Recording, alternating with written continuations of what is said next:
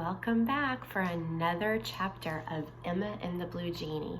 We've been reading this together, and today we're going to read chapter 4. Chapter 4 is titled No Friendly Welcome. I wanted to give you a chance to take a good look at the illustration at the beginning of chapter 4. There's Tristan the dog, Emma's dog. All right, are you ready?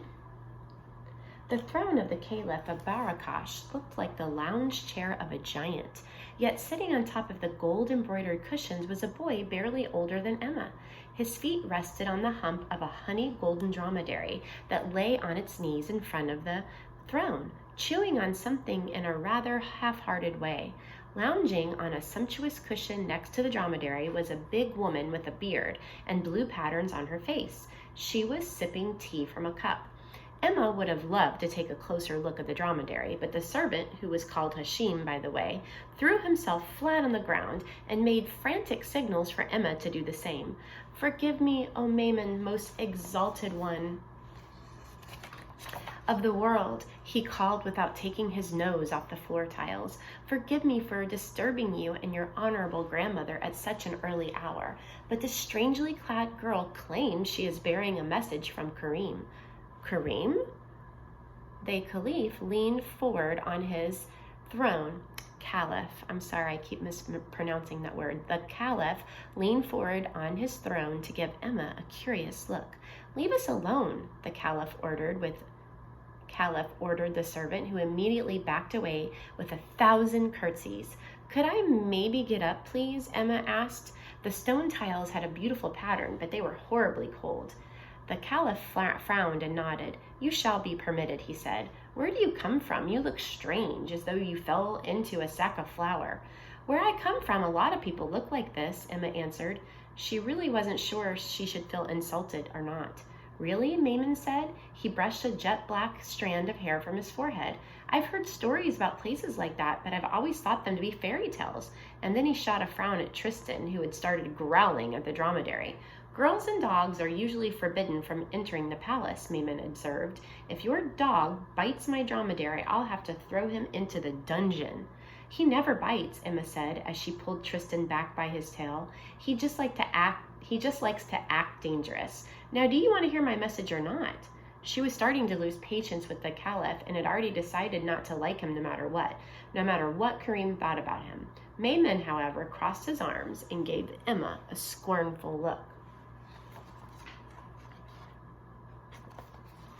"If your message really is from Karim," he said, "then it is the message of a traitor. Karim abandoned Barakash. He ran from Sahim like a dog from a lion." "My dog would never run from a lion," Emma shouted, "and Karim didn't run away either. You should be ashamed for even thinking that of him." She pulled the green bottle from under her bathrobe and put it on the floor. A pale blue Karim drifted out of the neck of the bottle. He took shape and he bowed to the Caliph, his patterned grandmother, and the dromedary. "Karim!" Maimon called out. His eyes went so wide that his eyebrows disappeared under the edge of his turban. Emma was just wondering how Maimon got down from his enormous throne when he skipped onto his dromedary's hump and he slid to the floor. "Where have you been, Karim?" Maimon cried, running towards the genie. "Sahim dried out all our wells. He stole all my flamingos and my Barbary sheep, and he dragged all my treasure into his palace. My subjects, my grandmother, my dromedary, even I, all of Barakash have nothing to eat but dried bread. And still Sahim keeps coming with new demands. Oh, Karim!" He flung his arms around the genie's neck. "How could you abandon us like that? Every day I called your name 100 times. But you never came."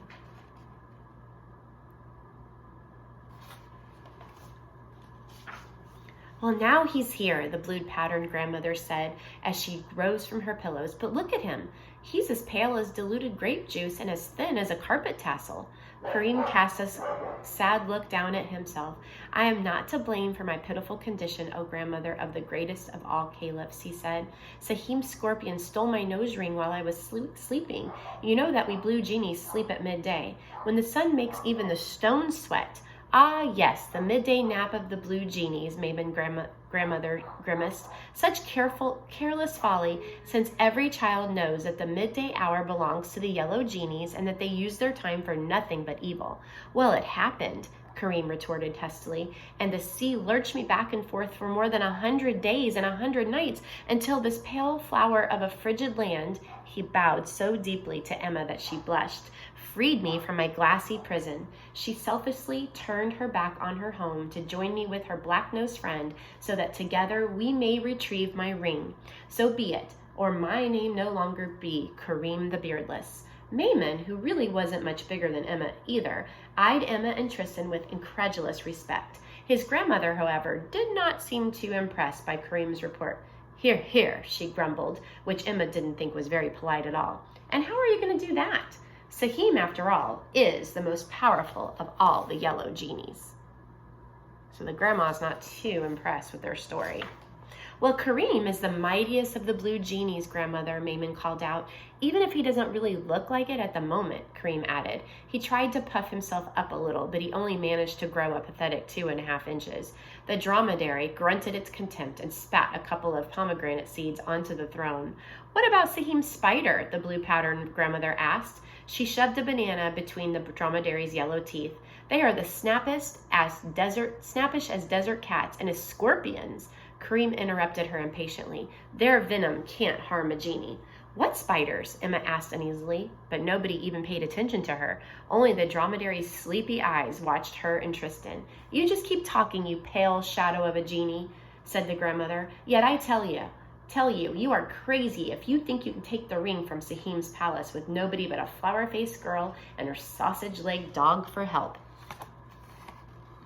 She doesn't really believe that they can succeed in their mission. Emma was just about to say something very unfriendly to the big old lady when the guard came storming into the chamber. He dropped to the ground 10 steps from the throne, and he dragged himself a little farther along the cold stone tiles before coming to a halt in front of the first step. He's coming, he panted. He's coming, O Jewel of Barakash.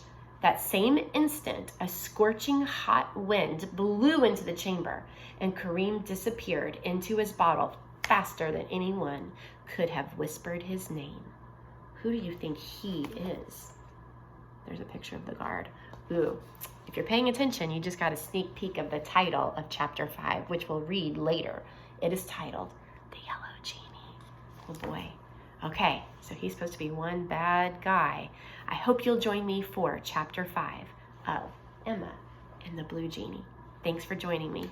See you next time.